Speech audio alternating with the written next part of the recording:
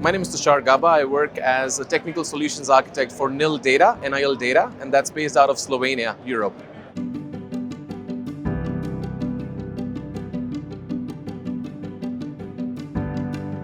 So I started back in the days with the ASA when I was Cisco. I was Cisco for 12 years. I started as a TAC engineer, and one of the teams I was leading was the ASA team, Firewall, and across VPN, AAA. So it became like a cross-border team or cross-architecture.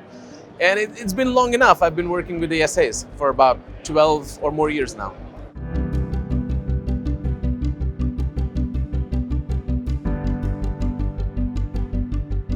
With NIL, it's cross-domain. It's just not ASA, but yes, in particular, we work with customers where we talk about the physical boxes or even the virtual appliances that we're deploying, and the use cases can be multiple, but mostly what we have seen is perimeter security. So just looking at blocking, allowing of traffic before accessing the internet.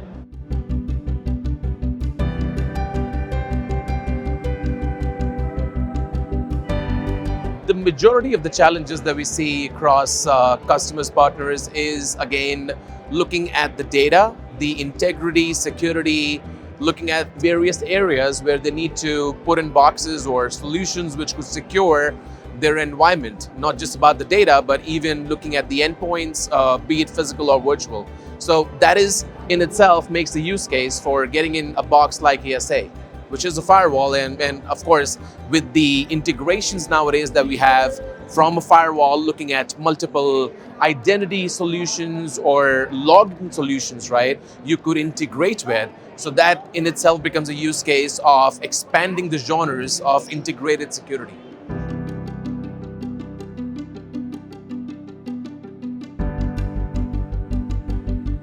The best features, I would say, would obviously be the ones which are most used, right? The perimeter security, allowing blocking of traffic, NATing, routing, or making it easy as compared to a router. Because if you were to do the similar features on a router, it will be way more extensive and difficult as compared to a firewall. So this is the majority of the features where anyone would begin with, but of course they expand it to other features like IPS or cybersecurity, or looking at vulnerabilities or scanning, port scans. So those are the advanced things which would come as features.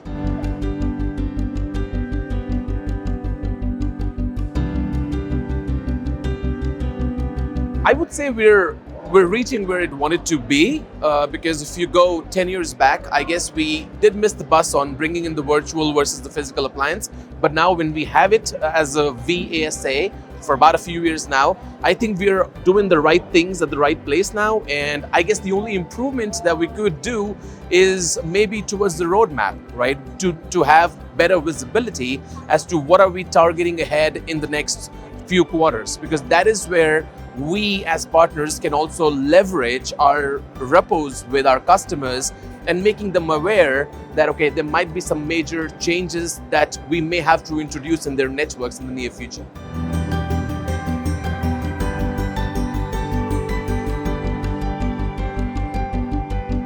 Being a partner, we work with customers who already have different vendor solutions as well.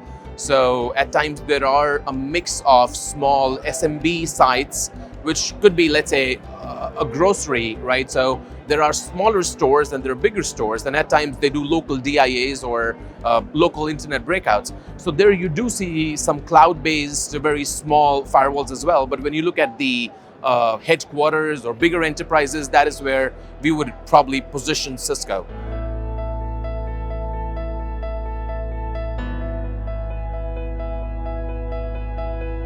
I mean, the return on investment is not going to be restricted to just from the box, because nowadays, if you look at the integrated security that Cisco has been heavily invested into, it's just not about ASA doing the firewalling functions. Now, the genres have been expanded to cyber, to third-party integrations, to having integrated logging, to having integrated micro and macro segmentations. So I guess the scope has been widened. So the ROI eventually has multiplied.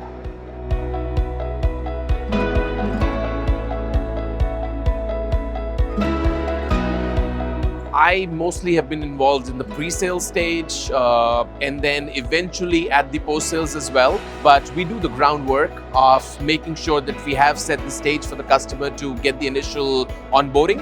And then we have, at times I do it or with another engineers or other colleagues who would take it over from there.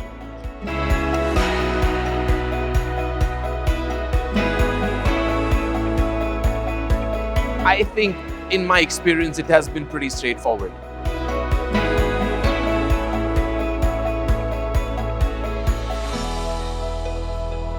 I mean, I would say I would expand that question to just not implementation, but also managing or maintaining.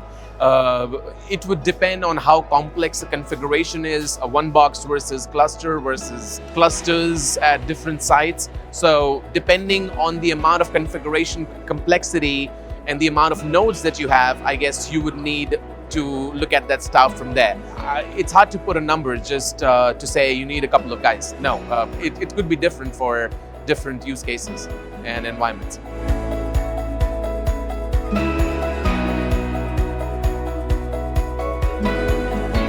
In the last decade or so, I would say, especially in the last 3-4 years, I guess the scale of way the architecture has been, all the numbers, the stats, everything has gone up exponentially. I guess it's all because of the innovations that are always happening, and not just at the hardware level, but majorly at the software level.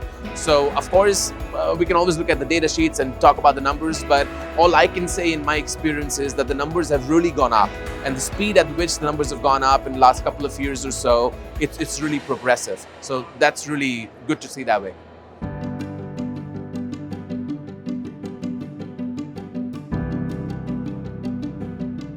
It's about a journey, right? The journey from having the right knowledge transfer of knowing how to configure a product, knowing how to deploy it, and then how to manage it. Now, of course, from the manageability standpoint, you got some basic checks that you got to do, like firmware upgrades or backup restore, or looking at the sizing, how much your customer needs, a single node versus multiple nodes, physical versus virtual, cloud versus on-prem, right? But apart from that, once you're done with that, I guess it also depends on how much the engineers or SMEs know about configuring the product, because if they know about configuring the product, that's when they would know if something has been configured incorrectly, because that also comes in maintenance or troubleshooting the product. So I guess knowledge transfer is the key here, and making sure that you're up to date and you have your basic checks done.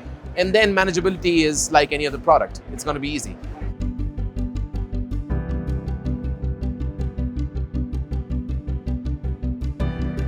Support, when you look at any product from Cisco, has been top-notch. I've been a tag guy myself 10 years, so I can just vouch for it, like anyone would do from tag. So support has always been extensive. There is great detail in root cause analysis, but of course, I guess, going back into my Cisco tags experience, I think it's always the story that if you know the product well, you know the things that you need to collect for TAC or for any other engineer SME to work with you collectively to get down to the solution sooner. Otherwise, they have to let you know what you need to collect. So it's better to know the product, get the right knowledge transfer, work towards those goals, and then I think collectively we can work as a great team.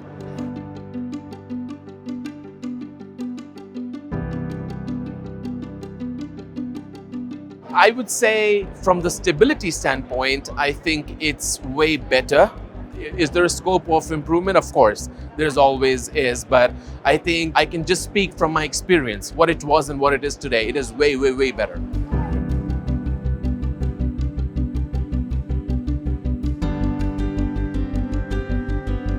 We look at scalability for any product of Cisco, so I cannot be confined to the ASAs. I think we have physical, virtual, cloud deployment, so there is everything possible.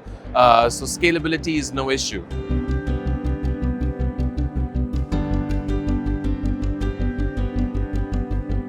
I would say a 9.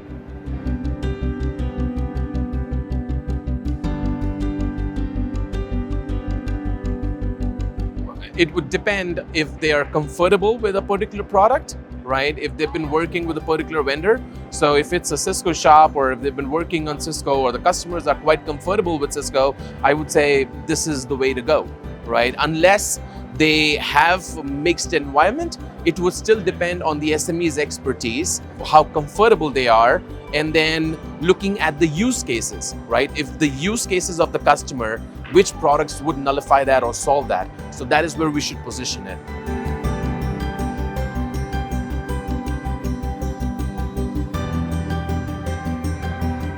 My lessons are endless with ASA, but my lessons are mostly towards the product knowledge, because I would say when you look at the deployment side of things, or for me personally when I was TAC, I think to know how things work internally within ASA, like an A to Z story and there are 100 gaps between it, you need to know those gaps, and then eventually you would get to the problem and solve it in minutes rather than hours.